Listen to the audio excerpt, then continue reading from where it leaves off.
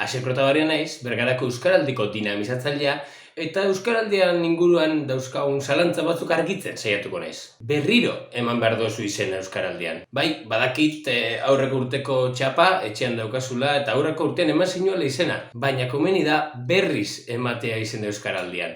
Jakin daigun, danok, ariketa burutzen zabizela urten be. Gainera, ez da gaizkitortzen pare bat txapa eukitzea etxean, bat galdu eskero edo.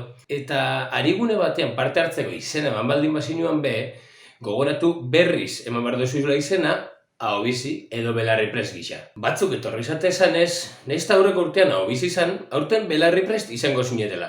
Entzun dogulako, nola baitxa, belarri prest gutxiago edo apuntatzen diela. Rolan hautaketa jokaeran dago, eta ez zenbakietan edo ezagutzan. Euskara ulertzen da benor hori, euskeraz uneoro hitz egiteko prest baldin bazare, eta lehen hitza euskaraz egiteko ahobizi izan. Eskatuko badozu aktiboki zuri euskaraz egitea, eta gero erabakitzen badozu, zuk euskeraz edo beste hizkuntza baten jardungo dozun, izan belarri prest. Eta gogoratu, erronka beti hizkuntza ohiturak aldatzea da. Ta txapia, zetarako.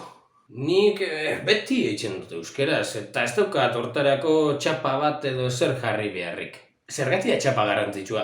Txapa jantzita, erakusten duzulako ez soilik zure ezagunei, bai Bergaran zein Euskal Herriko edozein txokotara juten ganean, Euskaraldian parte hartzen zabizela eta nahi dozula zuri jendeak euskaraz hitz egitea. Eta jendeak aldabela zurekin euskaraz hitz egin.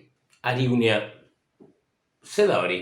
Olako txartel bat ikusten badozu, arigune baten zare. Arigune bat, euskaraz lasai eritzeko gune bat da. Barne arigunea bada, bertako kide guztiek ulertu edo hitz egingo dabe euskaraz. Eta kanpo arigune bat baldin bada, beti egongo da norbait zuri euskaraz arreta emateko. Ta konfinatzen bagaitxue, egoera ez da gune genukena. Euskaraldiko egunetan nahi baino denbora gutxiago pasako dugu kalean. Hainbat arigune ez dira zabalik egongo, eta ezingo ditugu nahi beste ekintza antolatu. Hala eta be, kalian, eskolan, lanian, etxetan, eremu guztietan, ahobizita belarri prest rolekin, ariketa burutuko dugu. Izan be, aurreko etxealdeak argi erakutsi dozu zein erraz galdu ditzaken euskerak aspaldi irabaziak zeuzkan eremuak. Beraz, egoera zail honetan inoiz baino garrantzitsuago esango da gure hizkuntza ohiturak aldatzen saiatu eta euskarai bultzada bat ematea. Gogoratu, aurtengo euskaraldia azaroaren 20tik abenduaren 4 bitarte ospatuko dela eta 10 bat egun dauzkazula izena emateko. Beraz,